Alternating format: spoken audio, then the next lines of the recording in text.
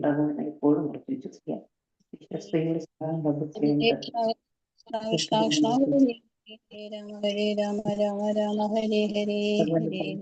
ഗുണങ്ങളിൽ സമാശക്തിയായ ഗുണങ്ങളിൽ വർണ്ണിക്കാൻ ജപമാന്റെ എല്ലാവരും കൊണ്ട്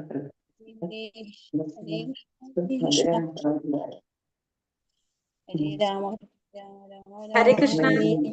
ഹരേ കൃഷ്ണ മാതാജി. പ്രണാം മാതാജി. ഹരേ കൃഷ്ണ, കേൾക്കുന്നുണ്ടോ? ക്ലിയർ ആണോ? അതെ അതെ, ക്ലിയർ ആണ്, ക്ലിയർ ആണ്. പ്രണാമം മാതാജി. ഹരേ കൃഷ്ണ. പ്രണാമം മാതാജി. പ്രണാം. ഇതൊക്കെ നിന്റെ വീഡിയോ സിഗ്നൽ ഇല്ല. ഹരേ കൃഷ്ണ. ശരി ബ്രേക്ക് ആവണ്ടെങ്കിൽ പറഞ്ഞോളൂ കേട്ടോ. വോയിസ് ബ്രേക്ക് ആവണ്ടെങ്കിൽ പറഞ്ഞോളേ. പറയാം. ഇന്ന് നേരത്തെ നിർത്തുവോ ഹരേ കൃഷ്ണ? നിർത്താം മാതാജി. 8:15. ശരി. ഹരേ കൃഷ്ണ. ഹരേ കൃഷ്ണ മാതാജി. 8:15 നിർത്തി കഴിഞ്ഞ ആരെങ്കിലും പിന്നെ കേറുന്നില്ലായിരുന്നല്ലോ ഇന്നലെയൊന്നും. ഇന്ന് വേണം. ഇല്ല, ഞാനും കേറിയില്ല. പിന്നെ കുറച്ച് സമയമല്ലേ ഉള്ളൂ. 8:30 വരെ ക്ലാസ് ഉണ്ടല്ലോ. ഇന്ന് ഞാൻ നോക്കട്ടെ. ഇന്ന് എടുക്കുകയാണെങ്കിൽ നാളെ നിങ്ങൾക്ക് പഠിക്കാൻ തരാം.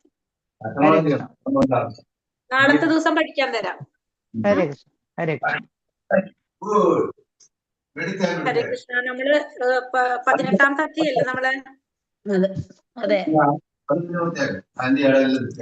കൃഷ്ണന്റെ ലീലാവിലാസങ്ങൾ.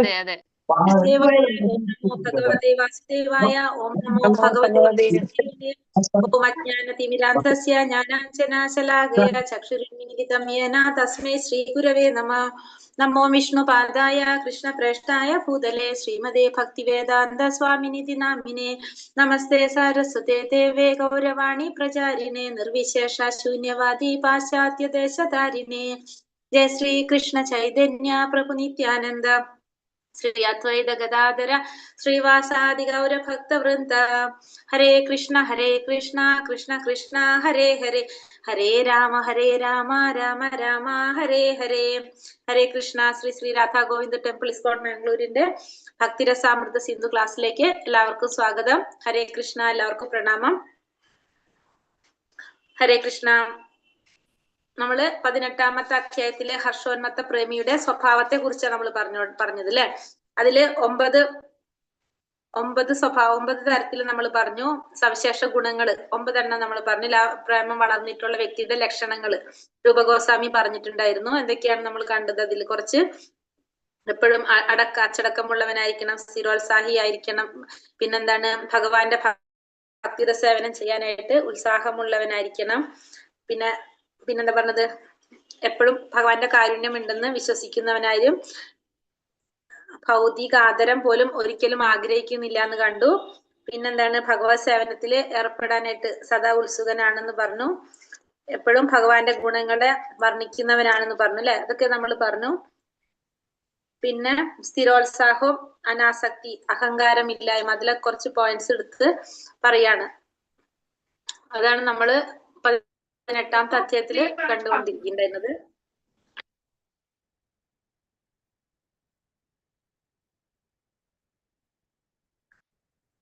ഇതിൽ ഏതുവരെ എടുത്തത്? അഭിഷ്ട വിജയം നേടാനുള്ളത് എടുത്തോ? ഇനിയും പഠിപ്പിക്കേണ്ടത് കൃഷ്ണന്റെ ലീലാവിലാസങ്ങൾ ഉള്ളിടത്ത് വസിക്കുവാനുള്ള ആകർഷണം. അഹങ്കാരമില്ലായ്മ എടുത്തു. മഹാപ്രതീക്ഷ, അഭിഷ്ട വിജയം നേടാനുള്ള ഔത്സുക്യം, തിരുനാമങ്ങൾ ഉരുവിടാനുള്ള ഇതെടുത്തോ? അത് പറഞ്ഞു. തിരുനാമങ്ങൾ, അതും പറഞ്ഞു. തിരുനാമങ്ങൾ ഉരുവിടാനുള്ള അഭിനിവേശം പറഞ്ഞു. ഭഗവാന്റെ സർവാതിശയായ ഗുണങ്ങളെ വർണ്ണിക്കുവാനുള്ള ഉത്കണ്ഠ, അവിടം വരെ പറഞ്ഞു നിർത്തിയേ.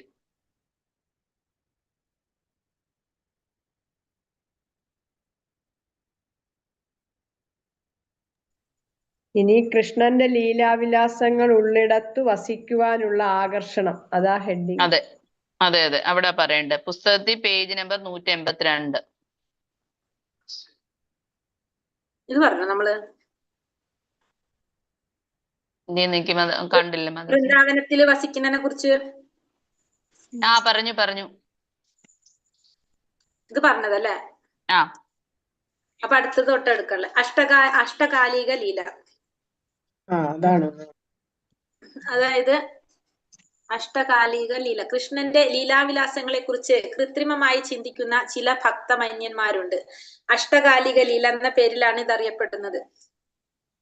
കൃഷ്ണൻ ഒരു കൊച്ചുകുട്ടിയുടെ രൂപത്തിൽ അല്ലെങ്കിൽ കൃഷ്ണനും രാധയുമൊത്ത് തങ്ങളുടെ മുമ്പിൽ വന്നു സംസാരിച്ചു എന്ന നാട്യത്തോടെ കൃഷ്ണന്റെ ലീലകൾ അവർ അനുകരിക്കുന്നു.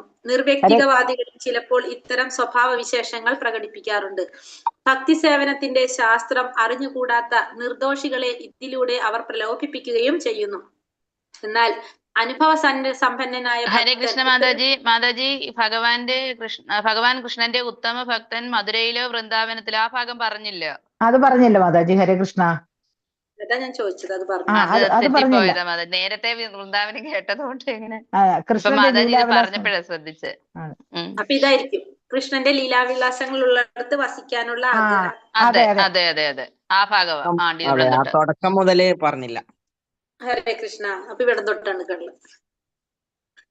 കൃഷ്ണന്റെ ലീലാവിലാസങ്ങൾ ഉള്ളിടത്ത് വസിക്കാനുള്ള ആകർഷണം. രൂപഗോസ്വാമിയുടെ പദ്യാവലിയിൽ വൃന്ദാവനത്തെ കുറിച്ച് ഇങ്ങനെ പറയുന്നു. ഇവിടെയാണ് നന്ദപുത്രൻ തന്റെ പിതാവും ഇടയന്മാരുടെ രാജാവുമായ നന്ദനുമൊത്ത് വസിക്കുന്നത്. ഇവിടെ വെച്ചാണ് ഭഗവാൻ ശ്രീകൃഷ്ണൻ ശകടാസുരനെ നിഗ്രഹിച്ചത്. നമ്മുടെ ഭൗതിക അസ്തിത്വത്തിന്റെ കെട്ടുപൊട്ടിക്കാൻ കഴിവുള്ള ദാമോദരനെ യശോദ കെട്ടിയിട്ടത് ഇവിടെയാണ്. അപ്പൊ ഭഗവാന്റെ ലീലകളെ കുറിച്ച് വൃന്ദാവനത്തിൽ ഭഗവാൻ കുറെ ലീലകൾ നടത്തിയിട്ടുണ്ട്. ആ ലീലകളിൽ ചിലതാണ് ഇവിടെ പറഞ്ഞത് അല്ലെ. ദാമോദര ലീല നടന്നതും പിന്നെ ശകടാസുരനെ വധിച്ചതും പിന്നെന്താണ് ഇടയന്മാരുമൊത്ത് ഭഗവാൻ നന്ദപുത്രൻ തന്റെ പിതാവും ഇടയന്മാരുടെ രാജാവുമായിട്ടുള്ള നന്ദനുമൊത്ത് വസിക്കുന്നതും ഒക്കെ ഇവിടെയാണെന്ന് വൃന്ദാവനത്തിലെ ലീലകളെ കുറിച്ചാണ് ഇവിടെ പറഞ്ഞിരിക്കുന്നത്. ഭഗവാൻ കൃഷ്ണന്റെ ഉത്തമ ഭക്തൻ മധുരയിലോ വൃന്ദാവനത്തിലോ താമസിച്ചുകൊണ്ട് കൃഷ്ണന്റെ ലീലാവിലാസങ്ങൾ നടന്ന പ്രദേശങ്ങളെല്ലാം സന്ദർശിക്കുന്നു. ഈ വിശുദ്ധ സ്ഥലങ്ങളിലാണ് കൃഷ്ണൻ തന്റെ ഇടയ ചങ്ങാതികളും അമ്മയായ യശോദയുമൊത്ത് ശൈശവം കഴിച്ചുകൂട്ടിയത്. കൃഷ്ണന്റെ പാദസ്പർശമേറ്റ സ്ഥലങ്ങൾ മുഴുവനും പ്രദക്ഷിണം ചെയ്യുന്ന സമ്പ്രദായം ഇന്നും കൃഷ്ണ ഭക്തന്മാർക്കിടയിലുണ്ട്. വൃന്ദാവനത്തിലും മധുരയിലും എത്തുന്നവർക്കൊക്കെ എന്നും അതീന്ദ്രിയ ആനന്ദം അനുഭൂതമാകാറുണ്ട്. സത്യം പറഞ്ഞാൽ വൃന്ദാവനത്തിലെത്തുന്ന ഒരാൾക്ക് അവിടെ ശൈശവം കഴിച്ചുകൂട്ടി അത്ഭുതകരവും ഹൃദ്യവുമായ കർമ്മങ്ങൾ ചെയ്ത കൃഷ്ണന്റെ വിയോഗം അനുഭവപ്പെടും. അപ്പൊ വൃന്ദാവനത്തിന്റെ പ്രത്യേകത, വൃന്ദാവനം ഭഗവാന്റെ ശൈശവമായിട്ടുള്ള ഭഗവാന്റെ ലീലകള് കുറേ ലീലകൾ നടന്നൊരു സ്ഥലമാണ് അല്ലെ വൃന്ദാവനം എന്ന് പറയുന്നത്. അപ്പൊ ഭഗവാന്റെ പാദസ്പർശമേറ്റ സ്ഥലങ്ങള് അവിടെ നമുക്കത് ഫീല് ചെയ്യാനായിട്ട് സാധിക്കും. അവിടെ ചെല്ലുമ്പോ നമുക്ക് ശരിക്കും ഭഗവാന്റെ ഒരു വിയോഗം നമുക്ക് അനുഭവപ്പെടുന്ന പോലെ അറിയും. നമുക്കത് അത്രയും ഒരു അതീന്ദ്രിയമായിട്ട് പല രീതിയിലും നമുക്ക് എഫക്ട് ചെയ്യുന്ന ഒരു സ്ഥലമായിട്ട് നമുക്ക് വൃന്ദാവനവും മധുരയൊക്കെ നമുക്ക് തോന്നാറുണ്ട്. കാരണം എല്ലാ ഭക്തന്മാരാണ്. ഭഗവാനെ കുറിച്ചും രാധാറാണിയെ കുറിച്ചും മാത്രമാണ് അവിടെ എല്ലാവരും പറയുന്നത്. അതൊക്കെ നമുക്ക് ശരിക്കും ഒരു പോസിറ്റീവ് ആയിട്ടുള്ള ഒരു ഭയങ്കര ഒരു അന്തരീക്ഷം നമുക്ക് അവിടെ ശരിക്കും ഫീൽ ചെയ്യും ഇത് വൃന്ദാവനത്തില്.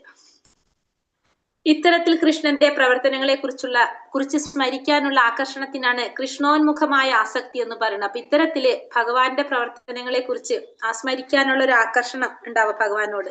അതിനെയാണ് നമ്മൾ കൃഷ്ണോന്മുഖമായ ആസക്തി എന്ന് പറയുന്നത്. ഭക്തി സേവനത്തിന്റെ പ്രകടനത്തിലൂടെ ആത്യന്തികമായി ഭഗവാനിൽ സായുജ്യം കൊതിക്കുന്ന നിർവ്യക്തികവാദികളും രഹസ്യവാദികളും ധാരാളമുണ്ട്. അവരിൽ ചിലർ ചിലപ്പോൾ ഉത്തമ ഭക്തന്മാരുടെ മനോഭാവത്തെ അനുകരിച്ച് കൃഷ്ണന്റെ ലീലാവിലാസങ്ങളാൽ പവിത്രീകൃതമായ പുണ്യഭൂമികൾ സന്ദർശിക്കാറുണ്ട്. പക്ഷേ മോക്ഷത്തെക്കുറിച്ച് മാത്രമാണ് ചിന്ത. അതുകൊണ്ട് അവരുടെ പ്രവർത്തനങ്ങൾ അഭിനിവേശമോ ആസക്തിയോ ആയി കണക്കാക്കാൻ വയ്യ. ഇപ്പൊ കൃഷ്ണന്റെ പ്രവർത്തനങ്ങളെ കുറിച്ച് സ്മരിക്കാനുള്ള ആകർഷണത്തിനാണ് എന്ത് പറയുന്നത്? കൃഷ്ണോന്മുഖമായ ആസക്തി എന്ന് പറയുന്നത്. ഭക്തി സേവനത്തിന്റെ പ്രകടനത്തിലൂടെ ആത്യന്തികമായി ഭഗവാനിൽ സായുജ്യം കൊതിക്കുന്ന നിർവ്യക്തികവാദികളും രഹസ്യവാദികളും ധാരാളമുണ്ട്. അപ്പൊ ഭക്തി എന്ന് പ്രകടിപ്പിച്ചുകൊണ്ട് ഭഗവാന്റെ ഏത് മുക്തിയാണ്? സായുജ്യമുക്തി ആഗ്രഹിക്കുന്നവർ, അങ്ങനത്തെ നിർവ്യക്തികവാദികളും രഹസ്യവാദികളും ഒക്കെ ധാരാളമുണ്ട്. അവരെ പ്രകടനമാണ് ഭക്തി സേവനം എന്നുള്ളത് അല്ലെ. അവരിൽ ചിലർ ചിലപ്പോൾ ഉത്തമ ഭക്തന്മാരുടെ മനോഭാവത്തെ അനുകരിച്ച് കൃഷ്ണന്റെ ലീലാവിലാസങ്ങളാൽ പവിത്രീകൃതമായ പുണ്യഭൂമികൾ സന്ദർശിക്കാറുണ്ട്. അപ്പൊ അവര് ചിലര് എന്ത് ചെയ്യാണ്? ശുദ്ധ ഭക്തന്റെ മനോഭാവത്തെ അനുകരിച്ചുകൊണ്ട് അവരും ഒരു ഭക്തനാണെന്ന് പറഞ്ഞ് അവരും എന്ത് ചെയ്യും? വൃന്ദാവന പുണ്യഭൂമികളൊക്കെ സന്ദർശിക്കും. പക്ഷെ മോക്ഷത്തെ കുറിച്ച് മാത്രമാണ് അവരുടെ ചിന്ത. അവരെപ്പോഴും എന്താ ചിന്തിക്കുന്നത്? മോക്ഷം മാത്രമാണ് അവര് ആഗ്രഹിക്കുന്നത്, ചിന്തിക്കുന്നത്. അതുകൊണ്ട് അവരുടെ പ്രവർത്തനങ്ങൾ അഭിനിവേശമോ ആസക്തിയോ ആയി കണക്കാക്കാൻ വയ്യ. അപ്പൊ അത് അവരുടെ പ്രവർത്തികൾ എന്താണ്, ഭഗവാനോടുള്ള ഒരു ആസക്തി കൊണ്ടാണെന്ന് അല്ലെങ്കിൽ അഭിനിവേശം കൊണ്ടാണെന്ന് മനസ്സിലാക്കാനായിട്ട് കണക്കാക്കാനായിട്ട് സാധിക്കില്ല. അഷ്ടകാലിക ലീല. കൃഷ്ണന്റെ ലീലാവിലാസങ്ങളെ കുറിച്ച് കൃത്രിമമായി ചിന്തിക്കുന്ന ചില ഭക്തമന്യന്മാരുണ്ട്. അഷ്ടകാലിക ലീല എന്ന പേരിലാണ് ഇതറിയപ്പെടുന്നത്. അതായത് ഭഗവാന്റെ ലീലകളെ കൃത്രിമമായിട്ട് ചിന്തിക്കുന്നവര്, അതാണ് അഷ്ടകാലിക ലീല എന്ന് അറിയപ്പെടുന്നത്. കൃഷ്ണൻ ഒരു കൊച്ചുകുട്ടിയുടെ രൂപത്തിൽ അല്ലെങ്കിൽ കൃഷ്ണനും രാധയും ഒത്ത് തങ്ങളുടെ മുമ്പിൽ വന്നു സംസാരിച്ചു എന്ന നാട്യത്തോടെ കൃഷ്ണന്റെ ലീലകൾ അവർ അനുകരിക്കുന്നു. അപ്പൊ ഭഗവാൻ ഒരു കൊച്ചുകുട്ടിയുടെ രൂപത്തിൽ വന്നു, ഭഗവാനും രാധാറാണിയും തങ്ങളുടെ മുമ്പിൽ വന്ന് സംസാരിച്ചു എന്നൊക്കെ പറയുന്നത് നാട്യത്തോടെ അനുകരിക്കുന്നതാണ് അവര്. നിർവ്യക്തികവാദികളും ചിലപ്പോൾ ഇത്തരം സ്വഭാവ വിശേഷങ്ങൾ പ്രകടിപ്പിക്കാറുണ്ട്. ഭക്തി സേവനത്തിന്റെ ശാസ്ത്രം അറിഞ്ഞുകൂടാത്ത നിർദോഷികളെ ഇതിലൂടെ അവർ പ്രലോഭിപ്പിക്കുകയും എന്നാൽ അനുഭവസമ്പന്നനായ ഭക്തൻ ഇത്തരം ഹാസ്യരൂപണങ്ങൾ കാണുന്ന മാത്രയിൽ തന്നെ ഈ തെമ്മാടിത്തത്തെ വിലയിരുത്തി കഴിയും. അപ്പൊ ഇത് സംഭവിക്കുന്നത് എന്താണ്, ഭക്തിയുടെ സേവനത്തെ കുറിച്ചും ഭഗവാനെ കുറിച്ചും ഒന്നും അറിഞ്ഞിടാത്ത നിർദോഷികളായിട്ടുള്ളവരെ ഇത് പ്രലോഭിപ്പിക്കും, അവരെ വഴിയിലേക്ക് കൊണ്ടുപോകുകയാണ് ചെയ്യുന്നത്.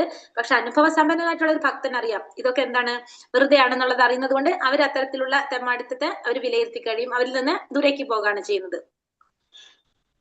അനുകരണാത്മക ആസക്തി രണ്ട് തരത്തിലുണ്ട്. ഒന്ന് ഛായരൂപത്തിലുള്ള ആസക്തിയും ഒന്ന് പരാസക്തി, അതീന്ദ്രിയമായിട്ടുള്ളത്.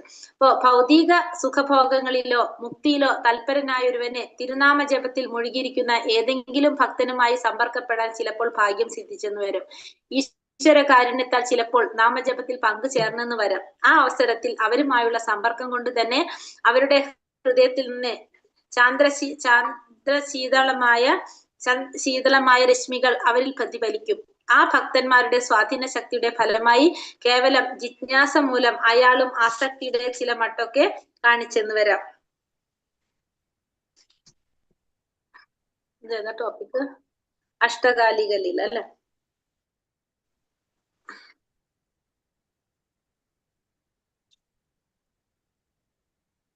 ഈ ഉത്തമ ഭക്തന്മാരുടെ ഇവിടെ എന്താ പറഞ്ഞത്, രണ്ട് തരത്തിലുള്ള ആസക്തി പറയുന്നത്. അനുകരണ ആസക്തിയെ രണ്ടായിട്ട് തിരിക്കാം. ഒന്ന് ഛായരൂപത്തിലുള്ള ആസക്തി എന്നും രണ്ടാമത്തത് പരാസക്തി എന്നും പറയുന്നത്.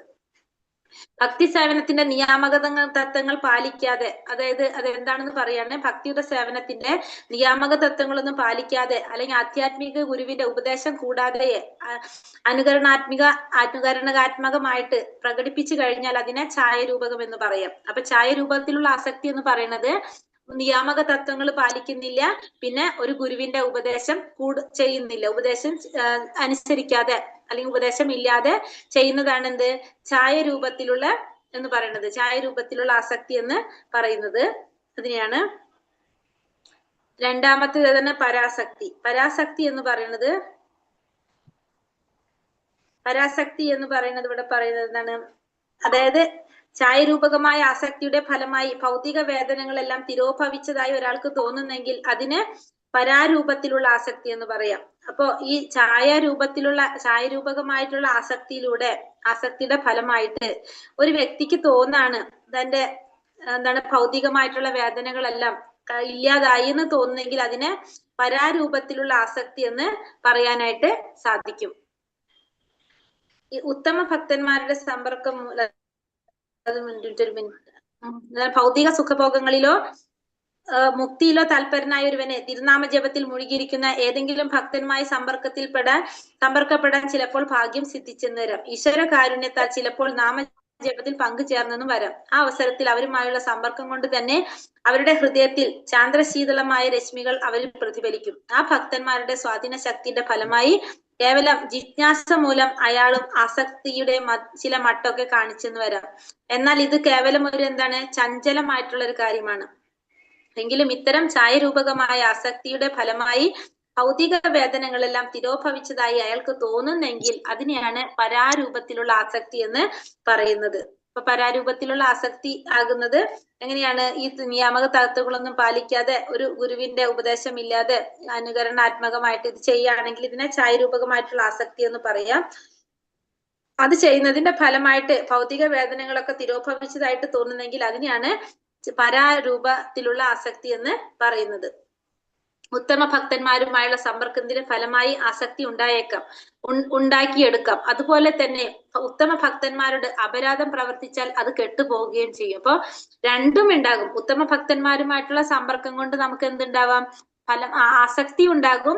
അവരോട് അപരാധം കാണിച്ചു കഴിഞ്ഞാൽ നമുക്ക് അത് ഇല്ലാതാകുകയും ചെയ്യും. എന്താണ്? ഭക്തി, ഭഗവാനോടുള്ള ഒരു ആസക്തി ഉണ്ടാകുകയും ചെയ്യും, അത് ഇല്ലാതാകുകയും ചെയ്യും. രണ്ടും സംഭവിക്കും. ആസക്തി ഛായരൂപകമോ പരാരൂപകമോ ഏത് തന്നെയായാലും ഈ കെട്ടുപോകൽ പൂർണ്ണചന്ദ്രന്റെ കലാക്ഷയം പോലെയാണ്. ഇപ്പൊ നമ്മൾ പറഞ്ഞില്ലേ, എന്താണ് പറഞ്ഞത്? ചന്ദ്രന് ക്ഷയം സംഭവിക്കുന്ന പോലെയാണ് നമ്മൾ പോലും അറിയുന്നില്ല നമ്മൾ അപരാധം ചെയ്യുമ്പോൾ നമുക്ക് സംഭവിക്കുന്നത്, അല്ലെ?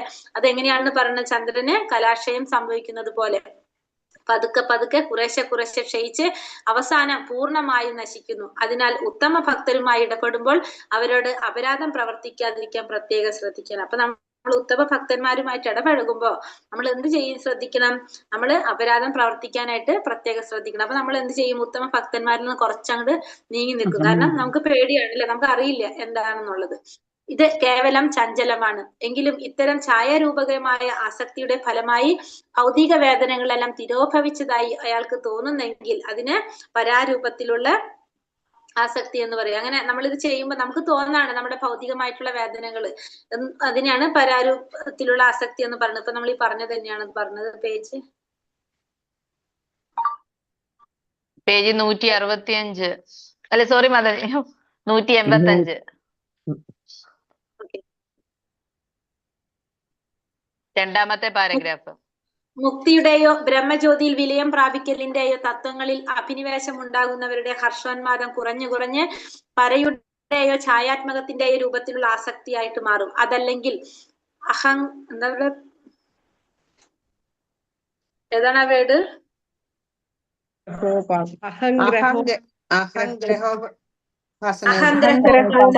തന്നെയാണ്, അല്ലെ? അതല്ലെങ്കിൽ അഹംഗ്രഹോപാസനയുടെ തത്വങ്ങളായി രൂപാന്തരം പ്രാപിക്കും. അതെന്താണെന്ന് എനിക്ക് അറിയില്ല, നോക്കേണ്ടി വരും കേട്ടോ.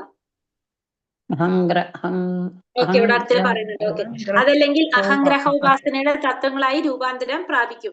ഭഗവാനുമായി അഭേദകത്വം കൽപ്പിച്ച് ആത്മസാക്ഷാത്കാരത്തിന് തുടങ്ങുന്ന ജീവാത്മാവിനെയാണ് അഹംഗ്രഹോപാസന വിശദീകരിക്കുന്നത്. ഇത്തരം ആത്മസാക്ഷാത്കാരത്തിന് അദ്വൈതവാദം എന്നാണ് സാങ്കേതിക സംജ്ഞ.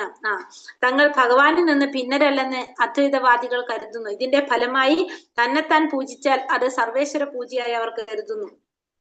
ഇവിടെ പറഞ്ഞത് മുക്തിയുടെയോ ബ്രഹ്മജ്യോതിയിൽ വിലയം പ്രാപിക്കിന്റെ തത്വങ്ങളിൽ അഭിനിവേശം ഉണ്ടാക്കുന്നവരുടെ ഹർഷോന്മാദം കുറഞ്ഞ് പരയുടെയോ ഛായാത്മകത്തിന്റെയോ രൂപത്തിലുള്ള ആസക്തിയായിട്ട് മാറും. അതല്ലെങ്കിൽ അഹംഗ്രഹോപാസനയുടെ തത്വങ്ങളായിട്ട് രൂപാന്തരം പ്രാപിക്കും. അപ്പൊ അഹംഗ്രഹോപാസന എന്ന് പറഞ്ഞാല് ഭഗവാനുമായിട്ട് അഭേദകതത്വം കൽപ്പിച്ച് ആത്മസാക്ഷാത്കാരത്തിന്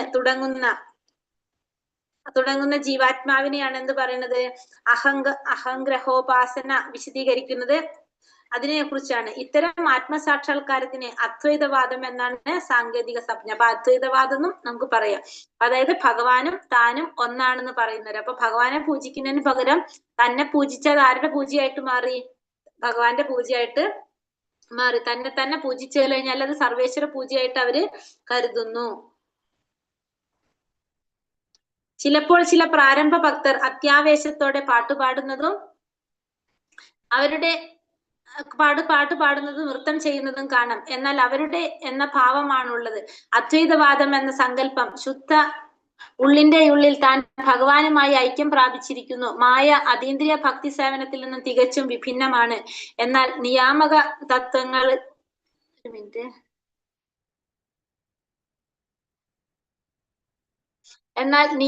തത്വങ്ങളിൽ ഒന്നിനും വിധേയമാകാതെ അനുഷ്ഠാനങ്ങളൊന്നും കൂടാതെ തന്നെ ഏറ്റവും ശ്രേഷ്ഠമായ ഭക്തി വികസിച്ചു കഴിഞ്ഞിട്ടുള്ളവരുണ്ട്. ഇങ്ങനെയുള്ള ആൾ ഈ നിലയിലുള്ള ഭക്തി സേവനം പൂർവ്വജന്മത്തിൽ നേടിയെടുത്തതാണെന്ന് കരുതണം. അപ്പൊ ചിലപ്പോൾ ചില പ്രാരംഭ ഭക്തന്മാര് അത്യാവേശത്തോടെ പാട്ടുപാടുന്നതും നൃത്തം ചെയ്യുന്നതൊക്കെ കാണാം. എന്നാൽ അവരുടെ എന്ന ഭാവമാണുള്ളത്. അവരുടേതുള്ള ഭാവം, അതിലാണ് അവര് അതൊക്കെ ചെയ്യുന്നത്. അദ്വൈതവാദം എന്ന സങ്കല്പം ശുദ്ധ ഭക്തന്റെ ഉള്ളിൽ താൻ ഭഗവാനുമായി ഐക്യം പ്രാപിച്ചിരിക്കുന്നു. മായ അതീന്ദ്രിയ ഭക്തിയുടെ സേവനത്തിൽ നിന്നും വിഭിന്നമാണ്. അപ്പൊ അദ്വൈതവാദത്തിൽ എന്താ പറഞ്ഞത്? അദ്വൈതവാദം പറയാൻ തങ്ങള് ഭഗവാനിൽ നിന്നും ഭിന്നരല്ല എന്നാണ് അവർ ചിന്തിക്കുന്നത് അല്ലെ. അപ്പൊ ഇതിന്റെ ഫലമായിട്ട് അപ്പൊ അവര് അദ്വൈതവാദം ആ സങ്കല്പത്തിൽ വരുമ്പോ അവര് ഒരു സെക്കൻഡ്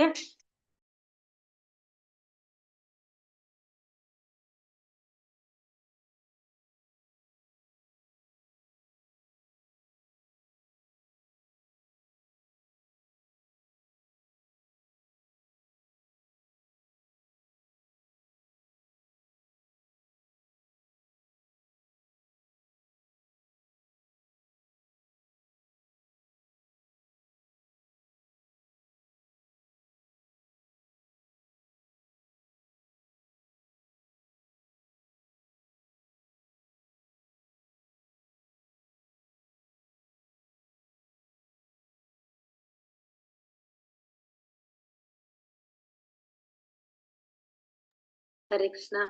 അദ്വൈതവാദം എന്ന സങ്കല്പം എന്നാൽ അവരുടെ അദ്വൈതവാദം എന്ന സങ്കല്പം ശുദ്ധ ഉള്ളിന്റെ ഉള്ളിൽ ചിലപ്പോൾ ചില പ്രാരംഭ ഭക്തർ ആവേശ പാട്ടുപാടുന്നതും നൃത്തം ചെയ്യുന്നതും കാണാം. എന്നാൽ അവരുടെ ഉള്ളിന്റെ ഉള്ളിൽ താൻ ഭഗവാനുമായി ഐക്യം പ്രാപിച്ചിരിക്കുന്നു എന്ന ഭാവമാണ് ഉള്ളത്. അദ്വൈതവാദം എന്ന സങ്കല്പം ശുദ്ധമായ അതീന്ദ്രിയ ഭക്തി സേവനത്തിൽ നിന്നും തികച്ചും ഭിന്നമാണ്. ഇപ്പൊ അദ്വൈതവാദം എന്ന സങ്കല്പം എങ്ങനെയാണ്? നമ്മളെ ഭക്തിയുടെ സേവനത്തിൽ നിന്നും വിഭിന്നമായിട്ടുള്ളതാണ് അല്ലെ. എന്നാൽ നിയാമക തത്വങ്ങളൊന്നും വിധേയമാകാതെ അനുഷ്ഠാനങ്ങളൊന്നും കൂടാതെ തന്നെ ഏറ്റവും ശ്രേഷ്ഠമായ ഭക്തി വികസിച്ചു കഴിഞ്ഞിട്ടുള്ളവരുമുണ്ട്. ഇങ്ങനെയുള്ള ആൾ ഈ നിലയിലുള്ള ഭക്തി സേവനം പൂർവ്വജന്മത്തിൽ നേടിയെടുത്താണെന്ന് കരുതണം. ഏതോ കാരണത്താൽ അത് താൽക്കാലികമായി നിന്നു പോയതാവാനേ വഴിയുള്ളൂ. മിക്കവാറും ഏതെങ്കിലും ഭക്തനോട് കാണിച്ച നിന്ദയുടെ ഫലമായിട്ടാകാം അങ്ങനെ സംഭവിച്ചത്. രണ്ടാമത് നല്ലൊരു അവസരം ഇപ്പോൾ കിട്ടിയതിന്റെ ഫലമായി അത് വികസിക്കാൻ തുടങ്ങിയിരിക്കുന്നു. അതായത് ഉത്തമ ഭക്തന്മാരുമായുള്ള സമ്പർക്കം കൊണ്ട് മാത്രമേ ഭക്തി ഉപാസനയിൽ സ്ഥിരമായി പുരോഗതി ഉണ്ടാകാൻ സാധിക്കുന്നുള്ളൂ. അപ്പൊ ഇതില് കുറച്ച് വിട്ടുപോയിട്ടുണ്ട് ഭാഗം, അതുകൊണ്ടാണ് ഞാൻ ഇത് വായിച്ചത്, ബുക്കിന്ന് വായിച്ചത്. അപ്പൊ നമുക്കത് മനസ്സിലാക്കാനായിട്ട് പറ്റുള്ളൂ. അപ്പൊ അദ്വൈതവാദം എന്ന് പറഞ്ഞ ഭഗവാനുമായിട്ട് ഐക്യം പ്രാപിച്ചിരിക്കുന്ന ഭാവം, അതായത് താനും ഭഗവാനും ഒന്നാണ്. അപ്പൊ താൻ സ്വന്തമായിട്ട് പൂജ ചെയ്തത് ആർക്ക് കിട്ടുന്നതാണ്? ഭഗവാന് കിട്ടുന്നതാണെന്ന് വിചാരിക്കുന്നത്. അപ്പൊ അതീന്ദ്രിയമായ ഭക്തിയുടെ സേവനത്തെ കുറിച്ച് പറയുമ്പോൾ അതിൽ നിന്ന് വളരെ വ്യത്യാസമായിട്ടുള്ളതാണ് ഈ അദ്വൈതവാദം എന്ന് പറയുന്നത്. ഈ നിയാമക തത്വങ്ങള് ഒന്നിനും വിധേയമാകാതെ അനുഷ്ഠാനങ്ങളൊന്നും കൂടാതെ തന്നെ ചില ശ്രേഷ്ഠരായ ഭക്തി വികസിച്ചെടുത്തിട്ടുള്ളവരുണ്ട്. അപ്പൊ അങ്ങനെ അത് വരുന്നത് എന്തുകൊണ്ടാന്ന് വെച്ചിട്ടുണ്ടെങ്കിൽ അവര് കഴിഞ്ഞ ജന്മത്തില് പൂർവ്വജന്മത്തില് ചെയ്തതിന്റെ കണ്ടിന്യൂവേഷൻ ആയിട്ടായിരിക്കും ഇപ്രാവശ്യം ചെയ്യുന്നത്. അപ്പൊ ചിലപ്പോ നമുക്കറിയാലോ ഭക്തിയിലേക്ക് വന്നിട്ട് പെട്ടെന്ന് ഒരു ദിവസം കൊണ്ട് ഒരു 16 മാല ജപിക്കാൻ തുടങ്ങും. ഇപ്പൊ ചിലപ്പോ നമ്മൾ ആദ്യം 2 എണ്ണം ചെയ്തു, 4 എണ്ണം ചെയ്തു, അങ്ങനെയാണ് നമ്മൾ കൂട്ടി വരുന്നത്. പക്ഷെ ചിലവര് കാണാൻ പെട്ടെന്ന് തന്നെ ഒറ്റ ഇതിൽ അങ്ങോട്ട് തുടങ്ങും. അതെന്താന്ന് വെച്ചാൽ കഴിഞ്ഞ ജന്മത്തിൽ അവരത് ചെയ്തു വെച്ചതിന്റെ ആ കണ്ടിന്യൂവേഷൻ ആണ് അവിടെ സംഭവിക്കുന്നത്. അപ്പൊ ചിലപ്പോ അത് സംഭവിക്കാൻ കാരണം പറയുന്നത് അവർക്ക് താൽക്കാലികമായിട്ട് അത് നിന്നു പോയതായിരിക്കും. എന്തെങ്കിലും കാരണം കൊണ്ട് അത് നിന്നു പോയതാവാനായിട്ട് വഴി. ചിലപ്പോ ഒരു ഭക്തനോട് കാണിച്ച നിന്ദയാകാം, അല്ലെങ്കിൽ എന്തെങ്കിലും അതേപോലത്തെ അപരാധങ്ങളോ എന്തെങ്കിലും ചെയ്തതിന്റെ ഫലമായിട്ടത് പതുക്കെ നമ്മൾ പറഞ്ഞില്ലേ ചന്ദ്രന് ക്ഷയം സംഭവിക്കുന്ന പോലെ അത് പതുക്കെ ഇല്ലാതാകാണ് ചെയ്യുന്നത്. പക്ഷെ വീണ്ടും ഒരു ചാൻസ് വന്നപ്പോ എന്താണ് അവർക്കത് ചെയ്യാനായിട്ടുള്ള അവസരം കിട്ടിയത് വികസിച്ചു കൊണ്ടുവരാനായിട്ട് സാധിക്കുകയാണ്. ഭക്തി സേവനത്തിൽ ക്രമമായി പുരോഗതി ഒരാൾക്ക് ഉണ്ടാകുന്നുവെങ്കിൽ ഭഗവാന്റെ കാരുണ്യം കൊണ്ടാണതെന്ന് മനസ്സിലാക്കണം. വല്ലപ്പോഴുമൊക്കെ യാദൃശ്ചികമായ ഭക്തിയുടെ സേവനത്തിന്റെ നിലവാരത്തിൽ നിന്ന് താഴോട്ട് പോയിട്ട് പോലും ഒരാൾക്ക് ഭൗതിക സുഖഭോഗങ്ങളിൽ വിരക്തി ഉണ്ടായി അയാളിൽ ഹർഷോന്മത്തമായ ഭക്തി വികസിച്ചിട്ടുണ്ടെങ്കിൽ അതിൽ അസൂയപ്പെടരുത്. ഭക്തി സേവനത്തില് തുടർച്ചയായിട്ട് നമുക്ക് പുരോഗതി ഉണ്ടായിക്കൊണ്ടിരിക്കുകയാണെങ്കിൽ അത് ഭഗവാന്റെ കാരുണ്യം കൊണ്ടാണെന്ന് നമ്മൾ മനസ്സിലാക്കണം. വല്ലപ്പോഴും ഒക്കെ യാദൃശ്ചികമായിട്ട് ഭക്തിയുടെ സേവനത്തിന്റെ നിലവാരത്തിൽ നിന്ന് താഴോട്ട് പോയിട്ട് പോലും ഒരാൾക്ക് ഭൗതിക സുഖഭോഗങ്ങളിൽ വിരക്തി ഉണ്ടായി അയാളിൽ ഹർഷോന്മത്തമായ ഭക്തി വികസിച്ചിട്ടുണ്ടെങ്കിൽ അതിലെന്താണ് പാടില്ല? നമുക്ക് അസൂയ ഉണ്ടാവാനായിട്ട് പാടില്ല. അപ്പൊ ചിലപ്പോ താഴത്തേക്ക് പോയിട്ടുണ്ടാവും, ഭൗതിക സുഖഭോഗങ്ങളിലൊക്കെ വിരക്തി ഉണ്ടായിട്ടുണ്ടാവും, ഭക്തിയുടെ സേവനത്തിന്റെ നിലവാരത്തിൽ താഴോട്ട് പോയിട്ടുണ്ടായിരിക്കും. പക്ഷെ അങ്ങനെ ഒരു വ്യക്തിക്ക് ഉണ്ടായിട്ടുണ്ട്. അപ്പൊ അയാളിൽ ഹർഷോന്മത്തമായ ഭക്തി ഉണ്ടായിട്ടുണ്ടെങ്കിൽ നമുക്ക് എന്ത് തോന്നരുത്? അയാളെടുത്ത് അസൂയ തോന്നരുത്. കാരണം കഴിഞ്ഞ ജന്മത്തിൽ അല്ലെങ്കിൽ പൂർവ്വജന്മത്തിൽ നമ്മൾ ചെയ്തതിന്റെ ഫലമായിട്ടാണ് നമുക്കിപ്പോ വേഗം ചെയ്യാനായിട്ട് സാധിച്ചിട്ടുണ്ടാവുക എന്നുള്ളത് നമ്മളത് മനസ്സിലാക്കണം.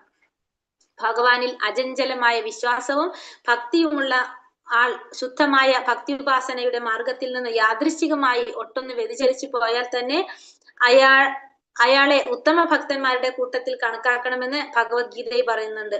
ഭക്തി ഉപാസനയിലും ഭഗവാൻ കൃഷ്ണനിലും ആത്മീയാചാര്യനിലുമുള്ള അചഞ്ചലമായ ഭക്തി ഒരുവനെ ഭക്തി ഉപാസനയുടെ ഉന്നത സോപാനങ്ങളിൽ എത്തിക്കും. ഇപ്പോ ഇവിടെ നമ്മൾ പറഞ്ഞത് ഭഗവാനില് അചഞ്ചലമായ വിശ്വാസവും ഭക്തിയുള്ള ഒരാള് ശുദ്ധമായ ഭക്തി ഉപാസനയുടെ മാർഗത്തിൽ നിന്ന് യാദൃശ്ചികമായി ഒട്ടും വ്യതിചലിച്ചു പോയാൽ തന്നെ, അതിൽ നിന്ന് പോയാലും അവരെ നമ്മൾ എന്തായിട്ട് കാണണമെന്ന് പറയുന്നുണ്ട്, ഭക്തന്മാരുടെ കൂട്ടത്തിൽ തന്നെ കണക്കാക്കണമെന്ന് ഭഗവാൻ ഭഗവത്ഗീതയിൽ പറയുന്നുണ്ടല്ലേ. കാരണം ഒരു ഭക്തനെ സംബന്ധിച്ച് പറഞ്ഞ ഭക്തിയുടെ ഏറ്റവും വലിയൊരു ക്വാളിറ്റി അല്ലെങ്കിൽ ഭക്തിയുടെ സേവനത്തിലൂടെ നമുക്ക് പറഞ്ഞ എന്താണ്, ഒരു ഭക്തിയിൽ ഏറ്റവും വലിയൊരു ഗുണം നമുക്ക് പറഞ്ഞത് അതാണ്.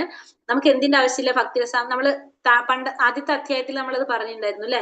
എന്താണ്, നമുക്ക് അവിടെ പ്രായശ്ചിത്തം ചെയ്യേണ്ട ആവശ്യം വരുന്നില്ല. നമ്മളത് നമ്മളിപ്പോ എന്തെങ്കിലും യാദൃശ്ചികമായിട്ട് നമുക്ക് എന്തെങ്കിലും തെറ്റുകൾ സംഭവിച്ചാൽ തന്നെ നമ്മളത് പ്രായശ്ചിത്തം ചെയ്യാതെ വീണ്ടും നമ്മൾ പൂർവാധികം നന്നായിട്ട് ഭക്തി ചെയ്ത് പോയി കഴിഞ്ഞാൽ എന്താണ്, നമ്മളത് ഭഗവാൻ ക്ഷമിക്കും എന്നാണ് പറയുന്നത്. അപ്പൊ അതുകൊണ്ട് ഒരു ഭക്തന് ചെറിയ ചെറിയ തെറ്റുകൾ സംഭവിക്കും. കാരണം സംഭവിച്ചു പോയാലും അവിടെ എന്തായിട്ട് കാണിക്കുന്നില്ല, അതിങ്ങനെ അപരാധമായിട്ടോ ഒന്നും സംഭവിക്കുന്നില്ല. അത് വീണ്ടും നമ്മൾക്ക് എന്ത് ചെയ്യാം, ഭക്തി നന്നായിട്ട് പ്രാക്ടീസ് ചെയ്തു കഴിഞ്ഞാൽ അത് നമ്മളെ ഇല്ലാതാകുന്നു ചെയ്യുന്നു.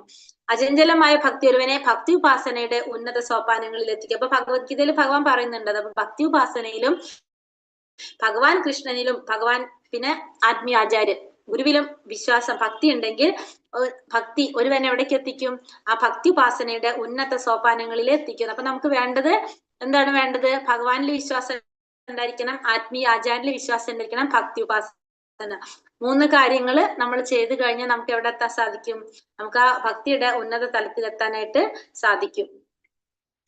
ഹരേ കൃഷ്ണ കൃഷ്ണ കൃഷ്ണ ഹരേ ഹരേ, ഹരേ രാമ രാമ രാമ ഹരേ ഹരേ. ഇതില് ക്വസ്റ്റ്യൻസ് അധികം ഉണ്ടാവില്ലല്ലോ അല്ലെ മാതാജി? ഒരു ക്വസ്റ്റ്യനേ ഉള്ളൂ മാതാജി. ഒരെണ്ണുള്ളൂ അല്ലെ. ഏതാണ് ക്വസ്റ്റ്യൻ അതില്? കൃഷ്ണോന്മുഖമായി ഹർഷോന്മത്ത പ്രേമം വളർത്തിയിട്ടുള്ള ഒരു വ്യക്തിയുടെ ഗുണങ്ങള് ആദ്യത്തെ ആ 9 എണ്ണം അല്ലെ. 9 എണ്ണം കേട്ടോ. 19ാമത്തെ അധ്യായം തുടങ്ങി വെക്കാം. അപ്പൊ നമുക്കത് തീരുമെന്നറിയില്ല, നോക്കാം. ചെറിയ അധ്യായാണിത്.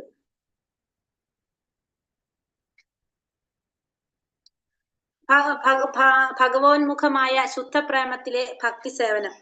ഒരാൾ പാലിച്ചു പോരുന്ന നിശ്ചിതമായ ഭഗവത് ബന്ധത്തിൽ കൃഷ്ണനെ സ്നേഹിക്കാനുള്ള അഭിലാഷം വർദ്ധിതമാകുമ്പോൾ അതിനെ ഭഗവോന്മുഖമായ ശുദ്ധപ്രേമം എന്ന് പറയുന്നു. തുടക്കത്തിൽ ആത്മീയ ഗുരുവിന്റെ ആജ്ഞയനുസരിച്ച് ഭക്തൻ ഭക്തി സേവനത്തിന്റെ നിയാമക തത്വങ്ങളിൽ മുഴുകും. അതുവഴി ഭൗതിക മാലിന്യങ്ങൾ ഒഴിഞ്ഞ് പൂർണ്ണമായും പവിത്രീകരിക്കപ്പെടുമ്പോൾ ഭക്തി സേവനത്തിനുള്ള അഭിരുചിയും ആസക്തിയും വളരുന്നു. ഈ അഭിരുചിയും ആസക്തിയും വളർന്ന് കാലക്രമത്തിൽ പ്രേമമായിട്ട് മാറും. നമ്മൾ പറയാറുള്ളത് അല്ലെ, ആദ്യം തന്നെ നമ്മൾ എന്താണ്, ഭഗവാനോട് അഭിലാഷം നമ്മളിൽ വരുമ്പോ, ഭഗവാനെ സ്നേഹിക്കാനുള്ള അഭിലാഷം വരുമ്പോ നമ്മൾ അതിനാണെന്ന് പറയുന്നത് ഭഗവാൻമുഖമായിട്ടുള്ള ശുദ്ധപ്രേമം എന്ന് പറയുന്നത്. പക്ഷെ അതിലേക്ക് നമ്മൾ എത്തുന്നത് എങ്ങനെയാണ്, നമ്മൾ ആദ്യം ഒരു ഗുരു പറയുന്നത് അനുസരിച്ച് നമ്മൾ നിയാമക തത്വങ്ങളൊക്കെ പാലിച്ച് ചെയ്തു പോകും. പതുക്കെ നമ്മുടെ മാലിന്യങ്ങളൊക്കെ ഒഴിഞ്ഞു വരുമ്പോ നമുക്ക് അതിലോട് ആസക്തി വന്ന് അഭിരുചി വന്ന് തന്നെത്താനെ നമ്മൾ ആ ഒരു അവസ്ഥയിലേക്ക് എത്താണ്. അപ്പോ നമുക്ക് ഭഗവാനെ സ്നേഹിക്കാനുള്ള ഒരു അഭിലാഷം വർദ്ധിച്ചു വരും. അതിനെയാണ് ഭഗവത് മുഖമായ ശുദ്ധപ്രേമം എന്ന് പറയുന്നത്. പിന്നെ തന്നെത്താനെ ക്രമമായിട്ട് വന്നു വരുന്നതാണിത്. ഭഗവത് പ്രേമം എന്നാൽ മറ്റുള്ളവരുടെ നേരെയുള്ള പ്രേമം എന്ന് വിളിക്കപ്പെടുന്ന ഭാവത്തെ പൂർണ്ണമായും ഉപേക്ഷിക്കൂ എന്നതാണെന്ന് ഭീഷ്മരെ പോലുള്ള പ്രമാണികന്മാർ വിശദമാക്കിയിട്ടുണ്ട്. മറ്റുള്ളവരോടുള്ള ആഭിമുഖ്യം പിൻവലിച്ച് വാത്സല്യം മുഴുവനും ഒരാളിൽ മാത്രമായി സംവേശിപ്പിക്കലാണെന്ന് ഭീഷ്മർ പറയുന്നു. ഈ ശുദ്ധപ്രേമം 2 അവസ്ഥയിൽ ഭഗവാനിലേക്ക് മാറ്റി പതിപ്പിക്കാൻ കഴിയും. ഹർഷോന്മത്തത മൂലവും ഭഗവാന്റെ അഹേതുകമായ കാരുണ്യം കൊണ്ടും. അപ്പൊ ഭഗവത് പ്രേമം എന്ന് പറഞ്ഞാല് മറ്റുള്ളവരുടെ നേരെയുള്ള പ്രേമം എന്ന് വിളിക്കപ്പെടുന്ന ഭാവത്തെ പൂർണ്ണമായും ഉപേക്ഷിക്കുക എന്നതാണ്. അപ്പൊ ഭഗവത് പ്രേമം എന്ന് പറഞ്ഞാൽ വേറെ ആരോടും ഇല്ല, സർവധർമാൻ പരിത്യജ എന്ന് ഭഗവാൻ പറഞ്ഞ പോലെ അല്ലെ. വേറെ ആരോടും ഇല്ല, ആരോട് മാത്രമുള്ളൂ, ഭഗവാനോട് മാത്രം. മറ്റുള്ളവരോടുള്ള പ്രേമം പൂർണ്ണമായിട്ടും ഉപേക്ഷിക്കുക. മറ്റുള്ളവരോടുള്ള ആഭിമുഖ്യം പിൻവലിച്ച് എല്ലാതും ആരിലേക്ക് മാത്രം കേന്ദ്രീകരിക്കുന്നു, ഭഗവാനിലേക്ക് മാത്രം കേന്ദ്രീകരിക്കുക. അതിനെയാണ് പറയുന്നത്. ഹർഷോന്മാദം. മതഗ്രന്ഥങ്ങളിൽ വിധിച്ചിരിക്കുന്ന രീതിയിൽ ഒരു ആത്മീയാചാര്യന്റെ ശിക്ഷണത്തിൽ ഭക്തിയുത സേവനത്തിന്റെ നിയമങ്ങളും ചട്ടങ്ങളും പാലിക്കുന്നതിലൂടെ ഭഗവാനോടുള്ള ഹർഷോന്മുഖമായ പ്രേമം ശക്തമായി ആവാഹനം ചെയ്യാം. ഭക്തിയുത സേവനത്തിൽ നിന്നുണ്ടാകുന്ന ഈ ഹർഷോന്മത്തമായ പ്രേമത്തെ കുറിച്ച് ശ്രീമദ് ഭാഗവതത്തിൽ 11-ാം സ്കന്ധം 2-ാം അധ്യായം 40-ാം ശ്ലോകത്തിൽ വിശദമാക്കിയിട്ടുണ്ട്. ഇവിടെ ഹർഷോന്മാദത്തെ കുറിച്ചാണ് പറയുന്നത് അല്ലെ. മതഗ്രന്ഥങ്ങളിൽ വിധിച്ചിട്ടിരിക്കുന്ന രീതിയിൽ ഒരു ആത്മീയാചാര്യന്റെ ശിക്ഷണത്തില് ഭക്തിയുത സേവനത്തിന്റെ നിയാമക തത്വങ്ങളും ചട്ടങ്ങളൊക്കെ പാലിക്കുന്നതിലൂടെ എന്തുവരെയാണ് ഭഗവാനോടുള്ള ഹർഷോന്മത്തമായിട്ടുള്ള പ്രേമം ശക്തമായിട്ട് ആവാഹനം ചെയ്യാം. അതിനെക്കുറിച്ച് ഭാഗവതത്തില് പറയുന്നുണ്ട്. ഭക്തോപാസനയുടെ നിയാമക തത്വങ്ങൾ നടപ്പാക്കിക്കൊണ്ടിരിക്കുന്നതിനിടയിൽ ഭക്തനിൽ തനിക്ക് സ്വാഭാവികമായുള്ള കൃഷ്ണാവബോധം വികസിക്കുന്നു. ഇപ്രകാരം മനസ്സലിയുമ്പോൾ ഉന്മത്തനെ പോലെ പാടാനും നൃത്തം വെക്കാനും തുടങ്ങും. തിരുനാമം ജപിക്കുന്നതിനിടെ ചിലപ്പോൾ കരയും, ചിലപ്പോൾ ശോഭിച്ചു സംസാരിക്കും, മറ്റു ചിലപ്പോൾ അന്യരുടെ സാന്നിധ്യം പോലും വകവയ്ക്കാതെ പാട്ടുപാടും, ഭ്രാന്തനെ പോലെ നൃത്തം ചെയ്യും. അപ്പൊ ഈ ഹർഷോന്മാദ അവസ്ഥയിൽ എത്തിക്കഴിഞ്ഞ ഒരു വ്യക്തി എങ്ങനെയായിരിക്കും ഭക്തൻ? ആ ഭക്തൻ നിയാമക തത്വങ്ങള്, ഭക്തിഭാസനയുടെ നിയാമക തത്വങ്ങൾ നടപ്പാക്കിക്കൊണ്ടിരിക്കുന്നുണ്ടല്ലേ, ഭക്തനില് സ്വാഭാവികമായിട്ടും കൃഷ്ണാവബോധം വരും.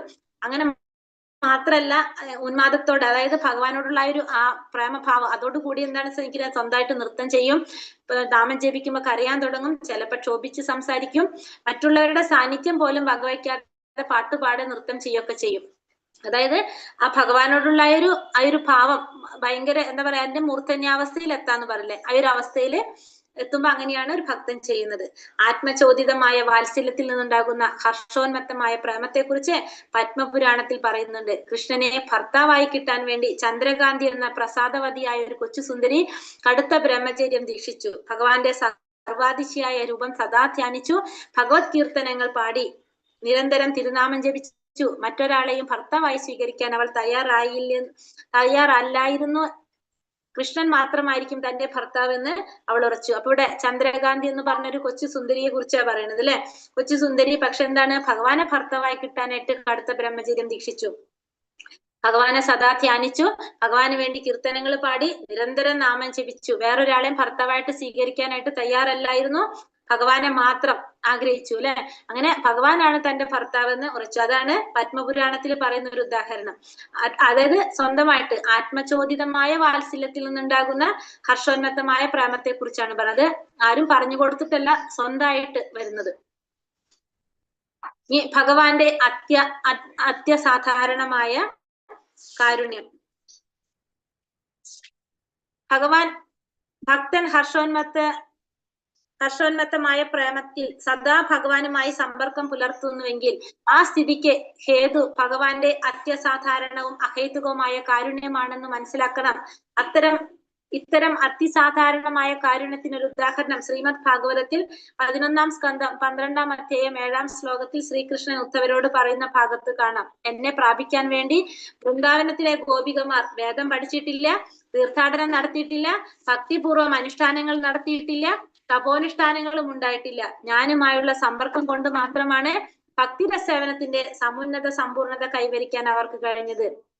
അപ്പൊ ഭഗവാന്റെ ആ അത്യസാധാരണമായ കാരുണ്യം, അതിൽ എന്താ പറയണത്, ഭഗവാൻ ഭാഗവതത്തിൽ പറയുന്നതാണ് പറഞ്ഞ ഉദ്ധവരോട് പറയുന്നതിനെ കുറിച്ചാണ് പറഞ്ഞത്. എന്താണ് പറഞ്ഞത്, ഭഗവാനെ പ്രാപിക്കാൻ വേണ്ടിയിട്ട് ഒരിക്കലും ഗോപികമാര് ഒന്നും ചെയ്തിട്ടില്ല. കാരണം അവര് നമ്മൾ പറഞ്ഞു വേദം പഠിച്ചില്ല, തീർത്ഥാടനം നടത്തിയിട്ടില്ല, ഭക്തിപൂർവ്വം അനുഷ്ഠാനങ്ങളൊന്നും നടത്തിയിട്ടില്ല, ഭഗവാനുമായിട്ട് സമ്പർക്കം പുലർത്താനായിട്ട് ഭക്തിയുടെ സേവനത്തിൽ ഒന്നും ചെയ്തിട്ടില്ല അവര്. പക്ഷെ അവർക്ക് സമ്പൂർണത കൈവരിക്കാനായിട്ട് കഴിഞ്ഞു.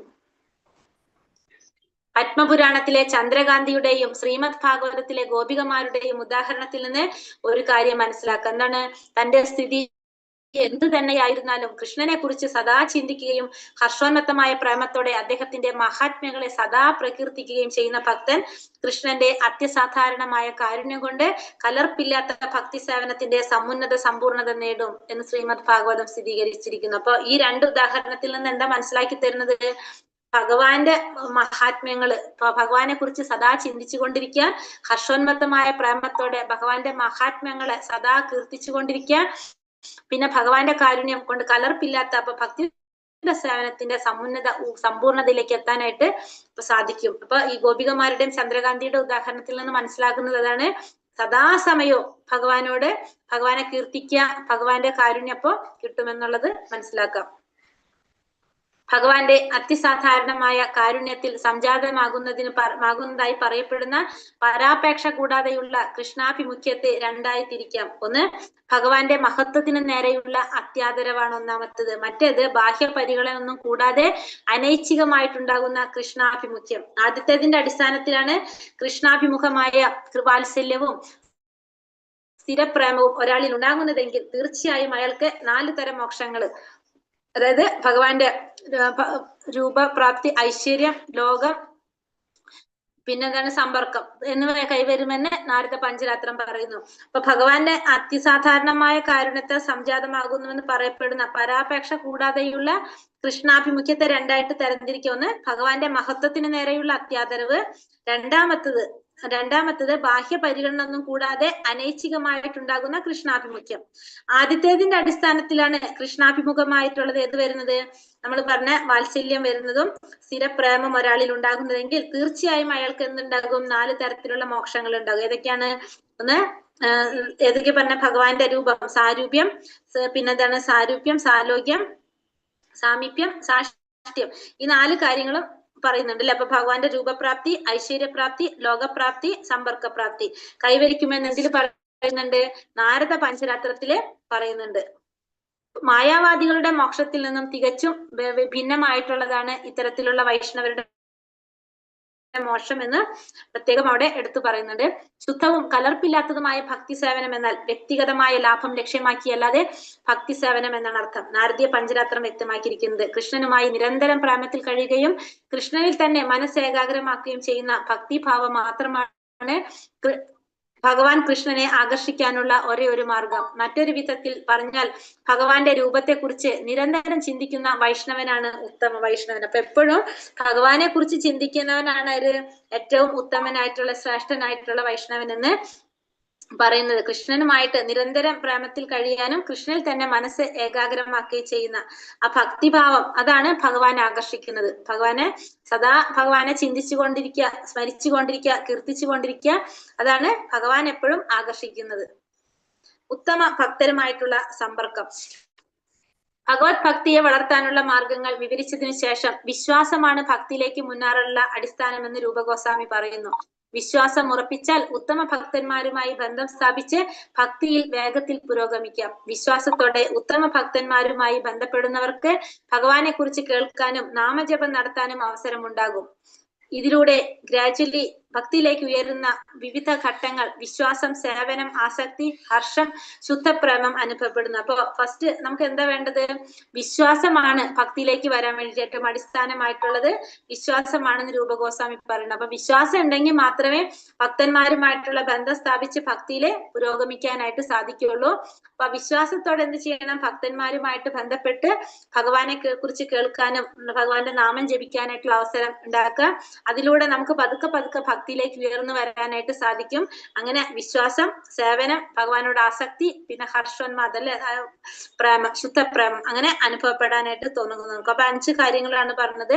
ഒന്ന്, എന്തൊക്കെയാണ് പറഞ്ഞത്? വിശ്വാസം വരും, പിന്നെ സേവനം ചെയ്യാം, ആസക്തി ഉണ്ടാകും, പിന്നെ ഹർഷോന്മാദം, എന്താ പറയാ, സന്തോഷം, പിന്നെ ശുദ്ധപ്രേമം അനുഭവപ്പെടും. മഹാഭാഗ്യവാന്മാർക്കു മാത്രമേ ജീവിതത്തിൽ ഈ വിജയം നേടാൻ സാധിക്കുകയുള്ളൂ. വൈദിക ഗ്രന്ഥങ്ങൾ പഠിക്കുന്ന ഒരു കേവല വിദ്യാർത്ഥിക്ക് ഈ വികാസം എങ്ങനെ സംഭവിക്കുന്നുവെന്ന് മനസ്സിലാക്കാൻ വിഷമമാണ്. നാരദ പഞ്ചരാത്രത്തിൽ ശിവൻ പാർവതിയോട് പറയുന്നു, ദേവി, ഭഗവത് പ്രേമത്തിന്റെ ഹർഷോന്മാദം വളർത്തിയിട്ടുള്ള ഈ പ്രേമത്തിന്റെ ഫലമായി സദാ പരമാനന്ദത്തിൽ മുഴുകി കഴിയുന്ന ഒരാൾക്ക് ശരീരത്തിൽ നിന്നോ മനസ്സിൽ നിന്നോ ഉണ്ടാകുന്ന ഭൗതികമായ സുഖ ദുഃഖങ്ങൾ ദർശിക്കാൻ കഴിയില്ലെന്ന് എന്നിൽ നിന്നും മനസ്സിലാക്കിക്കൊള്ളുക. അപ്പൊ മഹാദേവൻ സതീദേവിയോട് പറയുന്നതാണ് അല്ലെ, ഭഗവത് പ്രേമത്തിന്റെ ഹർഷോന്മാദം വളർത്തിയിട്ടുള്ള ഈ പ്രേമത്തിന്റെ ഫലമായിട്ട് സദാ പരമാനന്ദത്തിൽ മുഴുകിക്കൊണ്ടിരിക്കുന്ന ഒരാൾക്ക് ശരീരത്തിൽ നിന്നോ മനസ്സിൽ നിന്നോ ഉണ്ടാകുന്ന ഭൗതികമായ സുഖങ്ങൾ ദർശിക്കാനായിട്ട് കഴിയില്ല. കാരണം ആ പരമാനന്ദം അനുഭവിക്കുമ്പോൾ ശരീരത്തിൽ നിന്നോ മനസ്സിൽ നിന്നോ ഉണ്ടാകുന്ന ഭൗതിക സുഖദുഃഖങ്ങളൊന്നും ദർശിക്കാനായിട്ട് ആ വ്യക്തിക്ക് കഴിയില്ല. അതീന്ദ്രിയ സൗന്ദര്യം എന്ന സങ്കല്പം സ്ഥാപിച്ചെടുത്ത സനാതന ഗോപസ്വാമിയുടെയും ഗോപാല ഭട്ട ഗോസ്വാമിയുടെയും രഘുനാഥ ഗോസ്വാമിയുടെയും അതീന്ദ്രിയ സുഖം എന്ന തത്വത്തിന്റെ അവതരണ പ്രബന്ധമായി രൂപഗോസ്വാമി രചിച്ച ഭക്തിരസാമൃത സിന്ധു എന്ന ഗ്രന്ഥത്തിന്റെ 1-ാം ഭാഗം ഇങ്ങനെ അവസാനിപ്പിക്കുന്നു. ഭക്തിരസാമൃത സിന്ധുവിന്റെ രചനാകാലം ശ്രീല ജീവഗോസ്വാമി സജീവമായി രംഗത്തില്ലായിരുന്നു എന്ന് വേണം മുകളിലുള്ള പ്രസ്താവനയിൽ നിന്നും മനസ്സിലാക്കാൻ. അപ്പൊ ഇവിടെ ജീവഗോസ്വാമിയെ കുറിച്ച് പറഞ്ഞിട്ടില്ലല്ലോ. അപ്പൊ അതുകൊണ്ട് ജീവഗോസ്വാമി ആ സമയത്ത് അവിടെ ഇല്ലാന്ന് വേണം മനസ്സിലാക്കാനായിട്ട്. അങ്ങനെ ഭക്തിരസാമൃത സിന്ധുവിലെ ഭഗവതോന്മുഖമായ ഹർഷോന്മത്ത പ്രണയത്തിന്റെ വിവരണം വരെയുള്ള ഒന്നാം ഭാഗത്തിന്റെ ഭക്തി വേദാന്ത സംഗ്രഹ പഠനം സമാപ്തം. ഹരേ കൃഷ്ണ കൃഷ്ണ കൃഷ്ണ ഹരേ ഹരേ, ഹരേ രാമ രാമ രാമ ഹരേ ഹരേ. ഹരേ കൃഷ്ണ. വാഞ്ചാകൽപതരൂപേശ്ച കൃപാ സിന്ധോഭ്യവ ച പതിതാനാം പാവനേഭ്യോ വൈഷ്ണവേഭ്യോ നമോ നമഃ. अनंत कोटि वैष्णव वृंद की जय, श्रील प्रभुपाद की जय, गुरुदेव की जय, निताय गौर प्रमानंदे. हरि हरि बोल. हरे കൃഷ്ണ. സർവം കൃഷ്ണാർപ്പണമസ്തു. തത്സത്. ഹരേ കൃഷ്ണ. അപ്പൊ നമ്മുടെ ഭക്തിരസാമൃത സിന്ധു ഇവിടെ തീരാണ്. 19 അധ്യായം. ഹരേ കൃഷ്ണ. ഇതിൽ എത്ര ക്വസ്റ്റ്യൻസ് ഉണ്ട് മാതാജി? 2 question answer. ഏതാണ്? ആത്മചോദിതമായ വാത്സല്യത്തിൽ നിന്നുണ്ടാകുന്ന ഹർഷോന്മാദമായ പ്രേമത്തെ കുറിച്ച് പത്മപുരാണത്തിൽ പറയുന്നത് വിശദമാക്കുക. എന്താണ്? ആത്മചോദിതമായ എന്തിലാ പറഞ്ഞത്? പത്മപുരാണത്തിൽ പറയുന്നത്.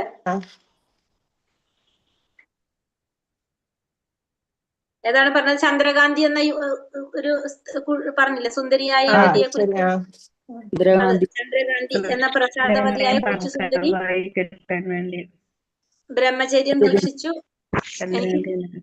എന്റെ പ്രോബ്ലം ആണ്, വോയിസ് ബ്രേക്ക് ആവുന്നുണ്ടോ? എനിക്ക് കേൾക്കുന്നില്ല. എന്റെ കേൾക്കുന്നുണ്ടോ? കേൾക്കുന്നുണ്ട്. അതെ, എനിക്കിങ്ങനെ കട്ടായി വരുന്നു. ചന്ദ്രകാന്തിയുടെ കാര്യമാണോ മാതാജി അതിന്റെ ആൻസർ? അതെ, ചന്ദ്രകാന്തി എന്ന പ്രസാദവതിയായ കൊച്ചു സുന്ദരി കടുത്ത ബ്രഹ്മചര്യം ദീക്ഷിച്ചു. ഭഗവാന്റെ സർവാതിശയായ രൂപം സദാ ധ്യാനിച്ചു. ഭഗവാന്റെ കീർത്തനങ്ങൾ പാടി നിരന്തരം തിരുനാമം ജപിച്ചു. മറ്റൊരാളെയും ഭർത്താവായി സ്വീകരിക്കാൻ അവൾ തയ്യാറല്ലായിരുന്നു. കൃഷ്ണനെ മാത്രം ഭർത്താവായിട്ട് അവൾ അർപ്പിച്ചു. അതാണ്. അടുത്തത് ശ്രീമദ് ഭാഗവതം 11-ാം സ്കന്ധം 12-ാം അധ്യായം 7-ാം ശ്ലോകത്തില് ഭഗവാൻ ഉദ്ധവരോട് പറയുന്ന ഭാഗം. എന്നെ പ്രാപിക്കാൻ ഭക്തിപൂർവ്വം അനുഷ്ഠിക്കുകയാണെങ്കിൽ അനുഷ്ഠാനങ്ങൾ നടത്തിയിട്ടുമില്ല. എനിക്ക് കേൾക്കുന്നില്ല പറയുന്നത്. അതായത് അത് പറഞ്ഞത് ഗോപികമാരെ കുറിച്ച് പറഞ്ഞില്ലേ, വേദം പഠിച്ചിട്ടില്ല, തീർത്ഥാടനം പോയില്ല എന്നൊക്കെ പറഞ്ഞിട്ട്. അതാണ്. എത്രാമത്തെ പേജാണ് മാതാജി? 190 ലാസ്റ്റ് 190. പിന്നെ 2ാമത്തെ പാരഗ്രാഫ്.